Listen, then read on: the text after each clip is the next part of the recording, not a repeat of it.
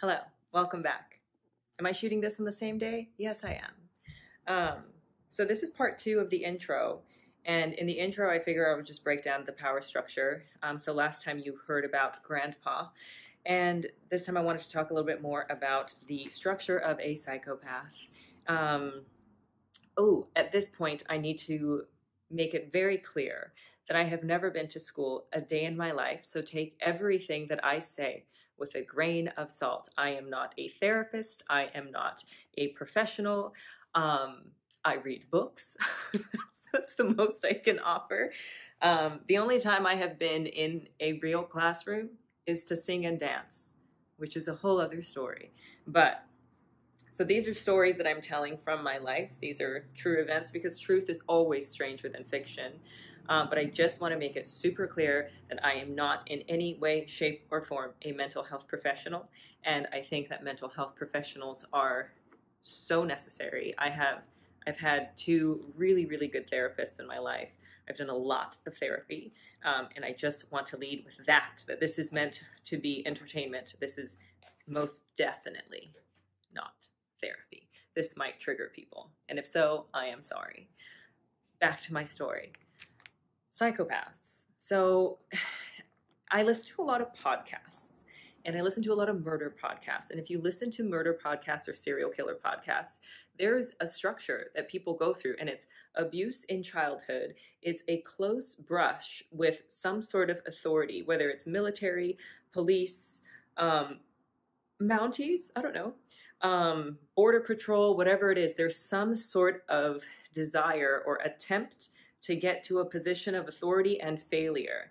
And then once that hits, then you start getting the anger or the desire to be an authority starts to come out in a very sinister way.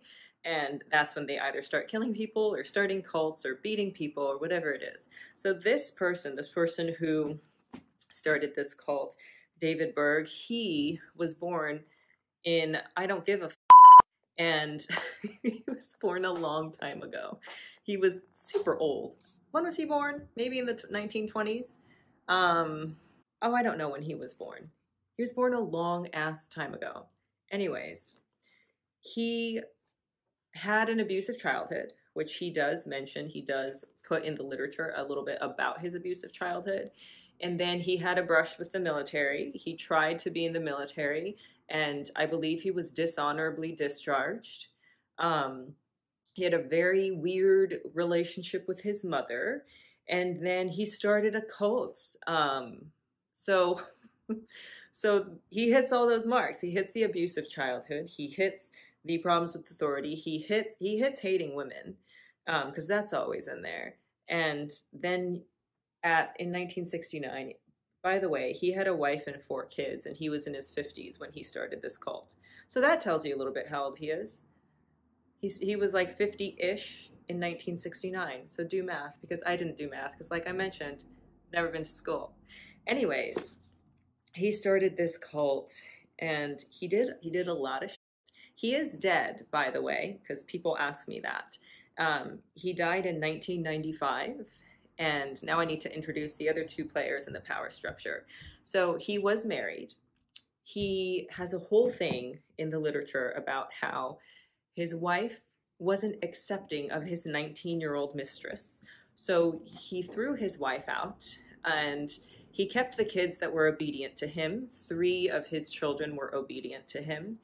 1 was not. She later became a very big enemy. One of them ended up passing away under like mysterious circumstances.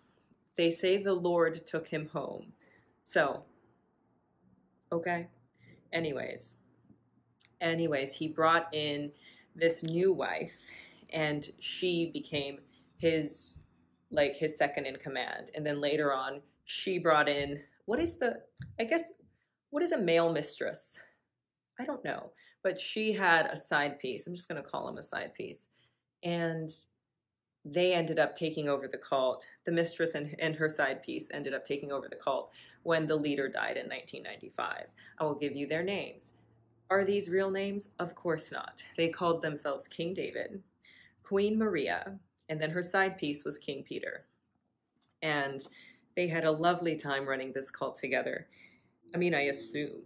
Anyways, so Queen Maria and King Peter are still alive. The cult still is in operation. At its peak, it had 14,000 members, and now I think it has like 2,000. So it's barely operating, and it's mostly older people who refuse to be incorrect. So they still hold these people in this regard and still send them money and support their lifestyle, etc., etc. So I am out though. And that's what matters. And hopefully, if you're watching this, hopefully you are out as well. So the cult technically still is going. It's now called the Family or the Family International. But again, it has like 2,000 old people. They're wondering why like nobody new is joining. They're like, why can't we get new members? Ma'am, you're a cult. That's why. Anyways. So that is the power structure. That's where the cult sits at now. And that's it for this intro. We'll get more of the story tomorrow.